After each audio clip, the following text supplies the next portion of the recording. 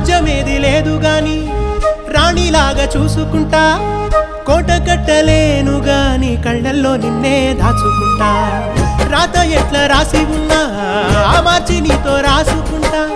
స్వర్గమంటూ ఉన్నదంటే అది నీతోనే ప్రతిరోజు పంచుకుంటా నిన్ను గన్న మీ నాన్న కన్నా